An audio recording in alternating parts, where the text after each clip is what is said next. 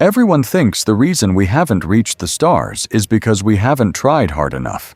More funding, better rockets, smarter engineers. That's the story we tell ourselves, that interstellar travel is a problem waiting to be solved, a mountain waiting to be climbed. Just give science enough time, and humanity will get there. But here's what almost nobody is willing to say out loud. We may have already built the best rocket we will ever build, and it would still take longer than every human civilization that has ever existed just to reach our nearest neighbor. Not because we lack ambition, not because we lack intelligence, but because the universe itself was designed to keep us exactly where we are. Proxima Centauri sits 4.24 light-years away. On a cosmic map, that is nothing. A rounding error, a grain of sand on an infinite beach. And yet, that tiny distance represents the single greatest engineering and philosophical barrier humanity has ever faced. In the next few minutes, we are going to pull back the curtain on exactly why. We'll look at the merciless math that breaks every rocket ever conceived. We'll confront the one law of physics that functions less like a rule and more like a locked door with no key. And then, and this is the part most people miss entirely, we'll explore why our inability to cross that void might not be a failure at all. It might be the most extraordinary thing about us. For decades, the conversation about interstellar travel has started in the wrong place. It starts with speed. Go faster. Build a bigger engine. Pour more fuel into the chamber. And on the surface, that logic seems airtight. Because here on Earth, that's exactly how transportation has always worked. Bigger engine, more distance, less time. But there is a fundamental problem buried inside that thinking, and it has a name.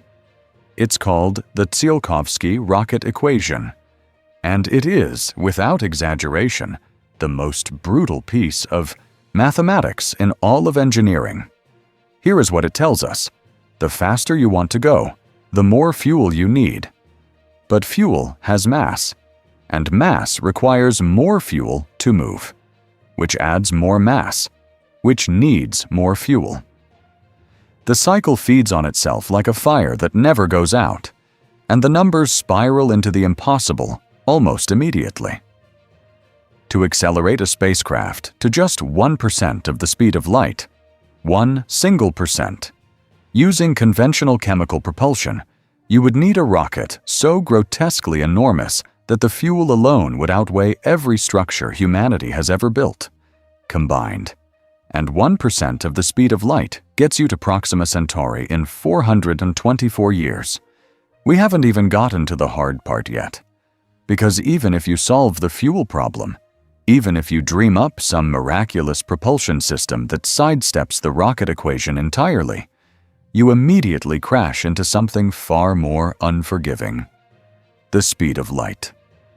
Not as a practical engineering ceiling, but as an absolute, non-negotiable boundary written into the fabric of space and time itself. Einstein didn't just suggest that nothing travels faster than light. The mathematics of special relativity demonstrate that the closer you get to that speed, the more energy you need to accelerate further, scaling toward infinity. An infinite amount of energy to reach a finite speed. The universe isn't slowing you down. It is actively, mathematically, refusing. And here is where the old thinking completely collapses. Because we spent decades framing this as an engineering problem, a puzzle to be solved with better materials and bigger budgets. But it was never an engineering problem. It was always a physics problem. And those two things are not the same. Engineering problems have solutions. Physics problems have laws. So where does that leave us? It leaves us, surprisingly, in one of the most fascinating intellectual territories in the history of science. Because the moment you accept that conventional travel is off the table, an entirely different conversation opens up. And the people having that conversation are not dreamers. They are physicists, mathematicians, and engineers at institutions like NASA, CERN, and the Breakthrough Starshot Initiative. What they are working on isn't bigger rockets. It's a fundamental reimagining of what travel even means. The first idea is already partially in motion, and it's called light sail propulsion. The concept is elegant in its simplicity.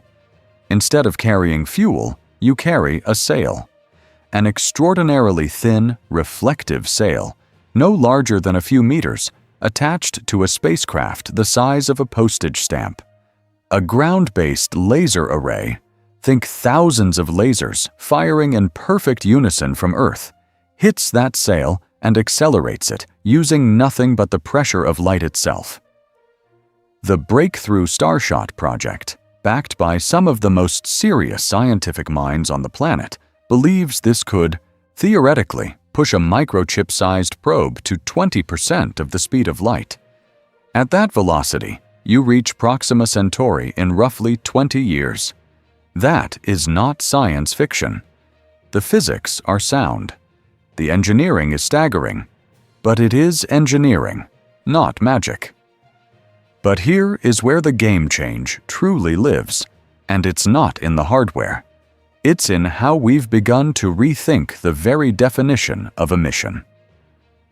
For most of human history, exploration meant a human being going somewhere, standing on that ground, and coming back to tell the story. But what if the most meaningful form of exploration doesn't require a human body at all? A probe the size of a thumbnail, carrying cameras, sensors, and communication arrays, traveling at a significant fraction of light speed, beaming back images of an alien star system. That is not a compromise. That is a revolution. Because what we want from interstellar travel isn't really transportation. It's knowledge. It's the image. It's the data. It's the answer to the question that has haunted every human being who has ever looked up at the night sky and thought, is there something out there? And then there is the most radical idea of all, the one that doesn't try to beat the physics. It uses the physics. Time dilation. Einstein's relativity tells us that as you approach the speed of light, time slows down for the traveler relative to everyone back home.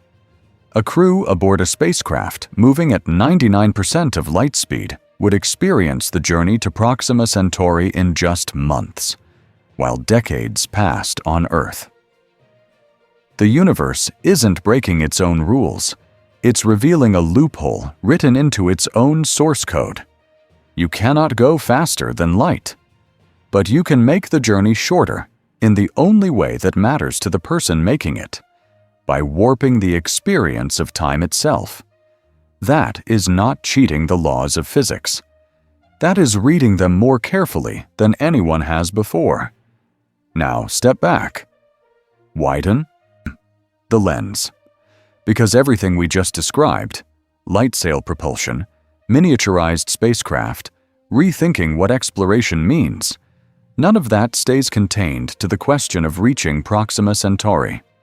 These ideas radiate outward into every corner of how humanity will operate over the next century. The laser arrays being designed for Breakthrough Starshot? The same technology has direct applications in deep space communication, orbital debris removal, and energy transmission. The challenge of building spacecraft components at near microscopic scale has already accelerated breakthroughs in nanotechnology and materials science that are finding their way into medicine, manufacturing, and computing. But the deepest ripple isn't technological, it's psychological. Humanity has spent the last century assuming that our destiny is to physically spread across the galaxy, that we will one day board ships and colonize distant worlds the way Europeans once crossed oceans. The confrontation with the true scale of interstellar distance forces us to ask a harder, more honest question. What if our role isn't to go everywhere, but to understand everything?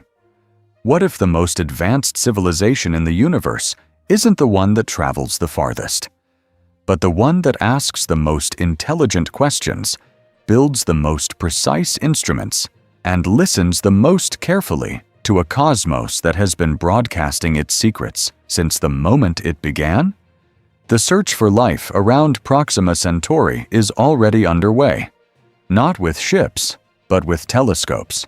Not with boots on the ground, but with spectrographs analyzing starlight for the chemical fingerprints of atmospheres that shouldn't exist by chance alone. We may find life out there, or evidence of it, without ever leaving this solar system. And if that happens, it will be the single most transformative discovery in the history of our species. All because we stopped trying to brute force our way across the void and started being clever about it instead. Here is the thing about impossible problems. They have a habit of making us extraordinary. Every time humanity has pressed itself against a boundary it couldn't cross, the sound barrier, the deep ocean, the vacuum of space, the result wasn't defeat. It was reinvention, a fundamental upgrade of what we understood ourselves to be capable of. Proxima Centauri is 4.24 light-years away. It is, by every conventional measure, unreachable. The math is merciless. The physics are unforgiving. And yet, right now, there are teams of scientists and engineers designing laser arrays the size of cities, spacecraft the size of microchips, and telescopes sensitive enough to detect the shimmer of an ocean on a planet orbiting a star we can only see as a faint red dot in the southern sky. They are not waiting for permission from the universe. They are finding the loopholes in its laws, and they are building towards something that, 50 years from now, may make our current limitations look exactly as quaint as crossing an ocean once seemed to someone standing on a medieval shore. We are not stuck. We are early. And the canyon between us and the stars, it isn't a dead end. It's the starting line. So I want to ask you this, and I want you to think about it carefully before you answer. Of all the approaches we talked about today, light sail probes, time dilation, the reimagining of exploration as data rather than physical presence, which one do you think will actually move the needle first? Which breakthrough gets us the closest in your lifetime? Drop your answer in the comments. I read every single one. And if this video changed the way you think about what's possible, you know what to do.